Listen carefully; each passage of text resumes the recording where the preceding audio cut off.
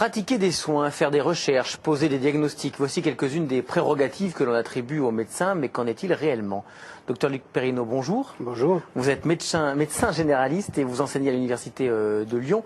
Et vous venez de publier À quoi sert vraiment un médecin? C'est chez Armand Collin. Ce sont à la fois des anecdotes, des réflexions, votre expérience personnelle qui permettent de répondre à cette question à de multiples reprises. À quoi sert un médecin? Est-ce que vous pourriez nous le dire en quelques mots, à quoi sert un médecin? La réponse est là-dedans. Non, pour faire simple, aujourd'hui, on peut dire qu'il sert à poser des diagnostics. C'est sans doute il est le seul à pouvoir faire ça, c'est sa prérogative. À pratiquer des soins, peut-être un peu moins. Et je pense qu'il sert aussi beaucoup à protéger les patients des excès et des dérives de la médecine. C'est un peu ce qui ressort parfois dans ce livre. Oui, alors les excès, on va en reparler. Un médecin, et on s'en rend compte aussi à la lecture de votre livre, peut faire des erreurs. Vous-même, un jour devant une femme qui avait une grossesse extra-utérine, vous êtes passé à côté. Racontez-nous. Pas raté là. Hein. Je connais pas beaucoup de médecins, enfin en tout cas honnêtes, qui puissent dire que dans sa carrière, il n'a jamais fait d'erreur. C'est pas possible, tout simplement impossible. pas possible. Voilà, c'est tout simplement impossible. Vous voulez que je raconte cette histoire-là? Ouais. Disons que l'erreur a été, Dieu merci, pas trop grave, mais c'est vrai qu'elle avait souffert toute la nuit. Je l'avais un peu négligé, j'avais pas fait l'examen. J'étais un jeune médecin, j'avais négligé sans doute l'examen gynécologique. Quand on est jeune médecin, c'est pas toujours évident. Vous devez le savoir. Après, c'est plus facile.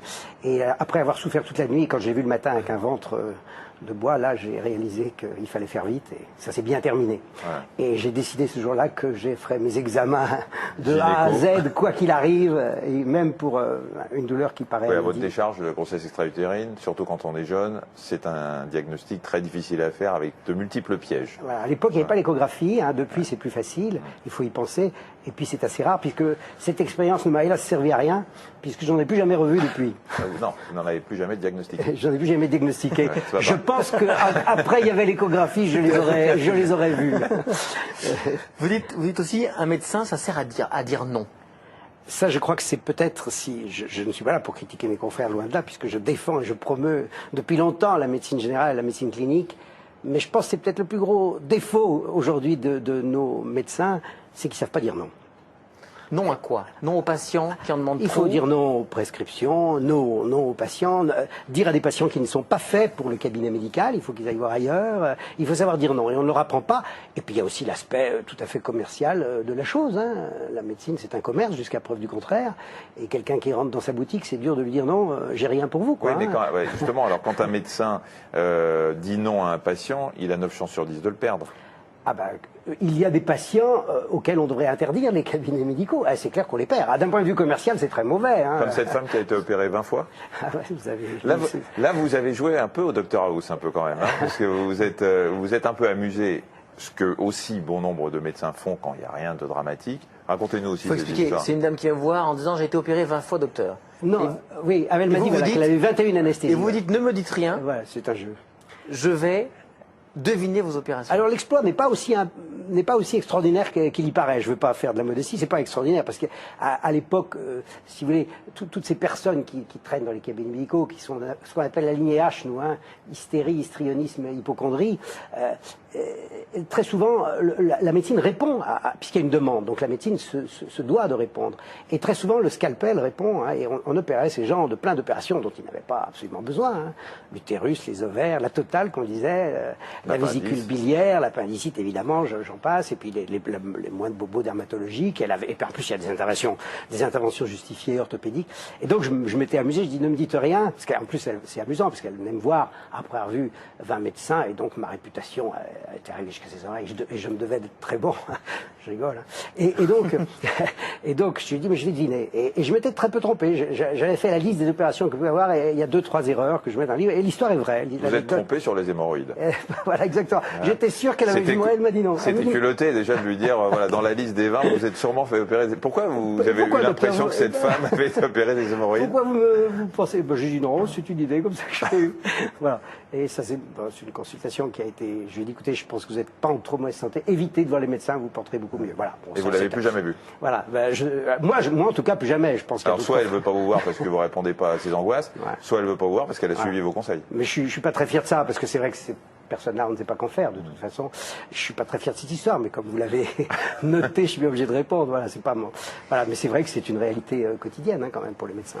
Il y a autre chose que vous expliquez que j'ai trouvé très intéressant dans le livre, c'est que finalement, il y a autant de façons de voir la maladie qu'il y a d'intervenants. Il y a la maladie vue par le patient, vue par le médecin et vue par la faculté de médecine, ce qui est encore différent. Et on s'aperçoit que parfois, les trois ne sont pas cohérents entre eux. Très souvent. Très souvent. Moi, alors là, on rentre un peu dans de l'épistémologie médicale. Je pense que pour affirmer un diagnostic, il faut que les trois acteurs de la santé soient d'accord. C'est-à-dire que le premier acteur, c'est le patient lui-même, il pense qu'il est malade, donc c'est quand même, ça c'est une réalité incontournable. Il faut que son médecin, un clinicien, j'allais dire qu'il soit généraliste ou pas, le clinicien confirme qu'effectivement il a quelque chose. Il faut que la faculté ait dans son registre des morbidités qui existent, la pathologie dont il souffre. Et c'est rarement le cas que les trois acteurs soient d'accord. Et j'ai fait un chapitre où c'est les trois croix. C'est un essai clinique finalement, suivi plusieurs patients, il y en a 6 ou 7, j'ai mis, à 5 ans d'intervalle. Et je mets les croix en fonction, patient estime qu'il est malade, faculté, et je compare au bout de 5 ans. Et les cas les plus graves sont ceux où il n'y avait pas de croix au départ, souvent. Exactement. Et ça veut dire quoi? Ça veut dire que les patients ont une très forte influence finalement sur les traitements. Ils imposent aux médecins ou à la faculté d'être traités alors qu'ils n'en ont pas besoin. C'est-à-dire que les médecins ne sont pas forcément bien formés et qu'ils arrivent à trouver des maladies qui n'existent pas ou qui ne sont pas les bonnes. Pourquoi on n'arrive pas à avoir les trois croix? Ah non, alors la question, là, c'est complètement différent. C'est-à-dire que pour qu'il y ait maladie vraiment diagnostique, il faut qu'on ait les trois. S'il n'y a pas les trois, on peut discuter le sujet même de la maladie. Vous voyez ce que je veux dire? Donc quand il y a les trois d'accord, c'est la maladie. Mais en réalité, les cas dramatiques, dont un que je signale, la maladie ne pouvait pas être diagnostiquée. Tout simplement, c'était la chorée de Huntington, qui est une maladie très grave.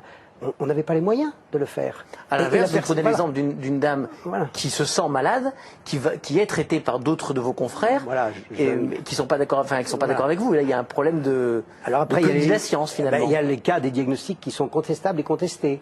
Par exemple, c'est le cas de la fibromyalgie dont vous parlez, qui est un diagnostic qui reste contesté, bien qu'il soit catalogué dans le registre des maladies de l'OMS. Il est très contesté par les cliniciens que nous sommes parce que c'est plein d'autres sujets, c'est des problèmes d'insomnie, de stress. Et ce diagnostic est contesté. Mais en réalité, la faculté l'avait labellisé, le diagnostic. Donc elle estimait qu'elle était malade, la faculté estimait qu'elle était malade, mais pas le clinicien. Et en réalité, on se rend compte à la longue que dans ce cas-là, l'intervention médicale est beaucoup plus délétère que l'abstention. On en revient au problème de l'abstention. Vous avez la même aura, le même pouvoir de persuasion aujourd'hui qu'au début de votre carrière? Pas de votre fait, mais de la perception qu'a le patient du médecin?